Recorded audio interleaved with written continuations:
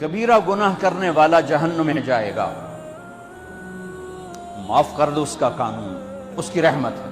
یہ آخری انسان جہنم سے نکلے گا، آخری سب سے زیادہ سزا کاٹ کے نکلے گا۔ جب وہ جنت کے دروازے پر اللہ تعالیٰ اس کو نا اوپر لائیں گے، یہاں ایسے آ جائے گا، یہ پیچھے دھڑ، پیچھے کمر کو آگ لگ رہی ہے اور یہ آزاد ہو گیا ہے۔ اب اللہ اسے دل لگی فرمائیں، اس کو ایک درجہ دکھائیں،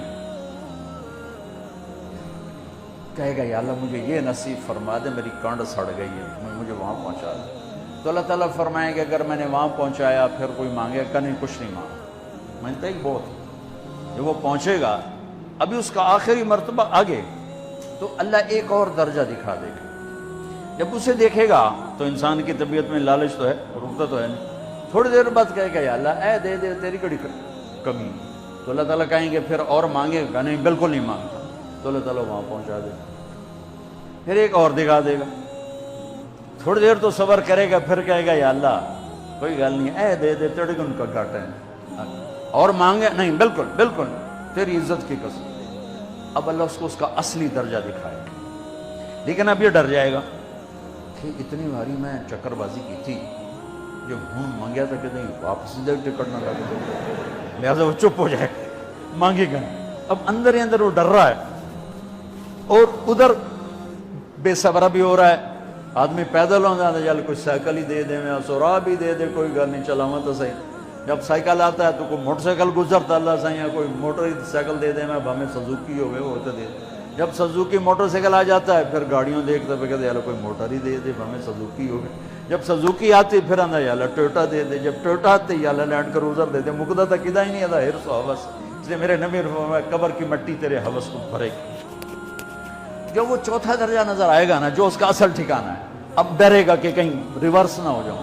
اب اللہ کہے گا میرے بندے اللہ تسأل، مانگتے نہیں، مانگتے نہیں۔ کہے گا یا اللہ اب مجھے ڈر لگتا ہے کہ تم مجھے پیچھے ہی نہ ہٹا دے۔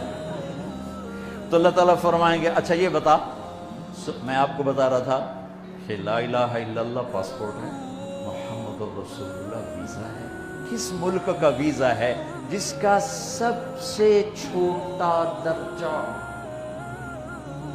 چھوٹے پر میں اتنا زور لگا رہا ہوں اور میرے کو زور ہے ہی کوئی۔ اب وہ بتانے لگا ہوں، اب اللہ اسے کہے گا اچھا میرا بندہ یہ تو بتا، میں نے جس دن دنیا بنائی تھی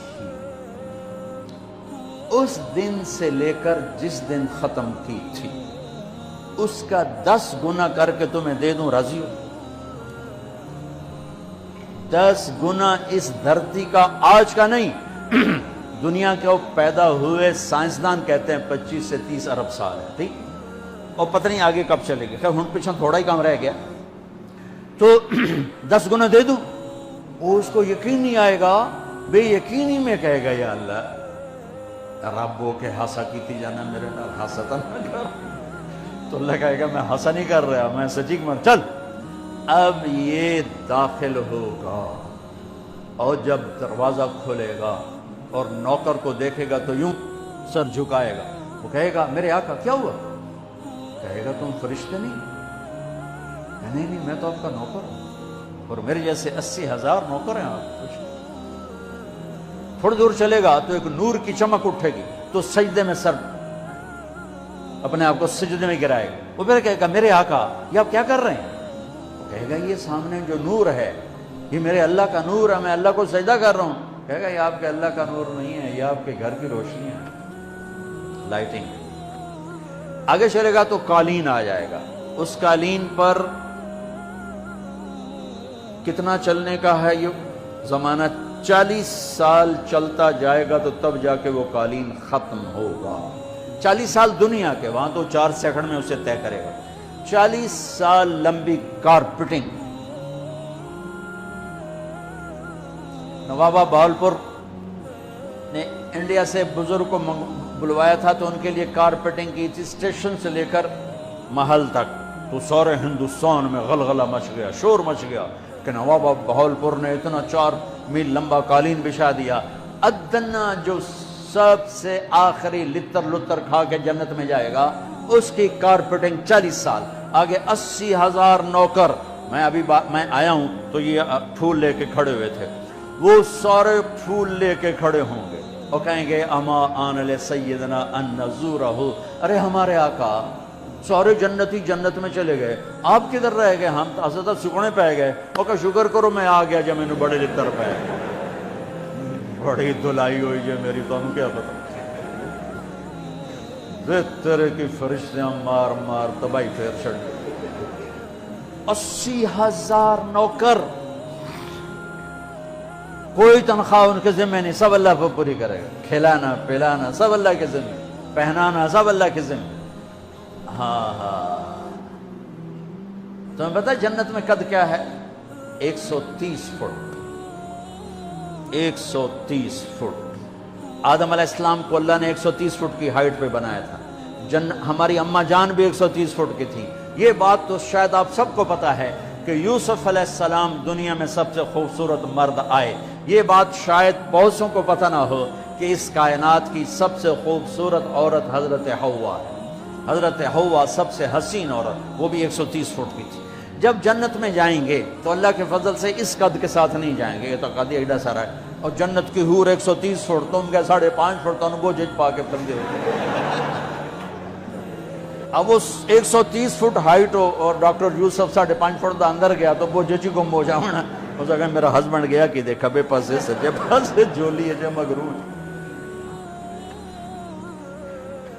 تو 80,000 نوکر کہیں گے کہاں رہ گئے؟ وہ کہے گا شکر کرو میں آ ہی گیا. پھر جب یہ میدان میں اس کو بٹھائیں گے 80,000، ایک ہاتھ میں برتن ایک ہاتھ میں پیالہ، 80,000 ڈرنکس اور 80,000 کھانے. یہ کھائے گا پخانا نہیں، پیے گا پیشاب نہیں، کھائے گا لذت میں کمی نہیں، پیے گا لذت میں کمی نہیں. کھانے کا نظام الگ ہے، پینے کا نظام الگ ہے. کھا پی کے جب فارغ ہوگا کہیں گے اب آپ اپنے اہلیت سے ملنے، اپنی بیگم صاحب سے ملنے. جنت کی حور یہ ایک دم غائب ہو جائیں گے. سامنے سے جب پردہ ہٹے گا تو ایک اور کائنات نظر آئے گی اور اس پر ایک لڑکی یوں بیٹھی ہوگی ایسے ٹھیک لگا کے. تھوڑا تختی چھوٹا نہیں تو میں دونوں بھی کھاوا ایسے کر کے تو ایسے کر کے بیٹھی ہوگی. تو وہ جب اس پر نظر پڑے گی نا جنت کی لڑکی پر تو اس کی آنکھیں ایسی پھٹی رہ جائیں گی، ایتھی رہ جائیں گی. وہ دیکھتے جا رہا 40 سال بس ایسے ہی بیٹھا رہے گا. جس نے جنت کے کالے کالے دوزخ کے کالے فرشتے دیکھے ہوں وہ حور نو وے کہ مرے گا نہیں تو اور کیا ہو رکھی جندہ رکھی. آخر وہ بولے گی اما لک فینا من رغبت، میرے آقا آپ میرے پاس نہیں آئیں گے؟ پھر اس کو ہوش آئے گا ارے بی بی تو کون ہے؟ کہ تیری بیگم ہوں اور کون، تیرے انتظار میں بیٹھے بیٹھے گھڑیاں بیت گئیں.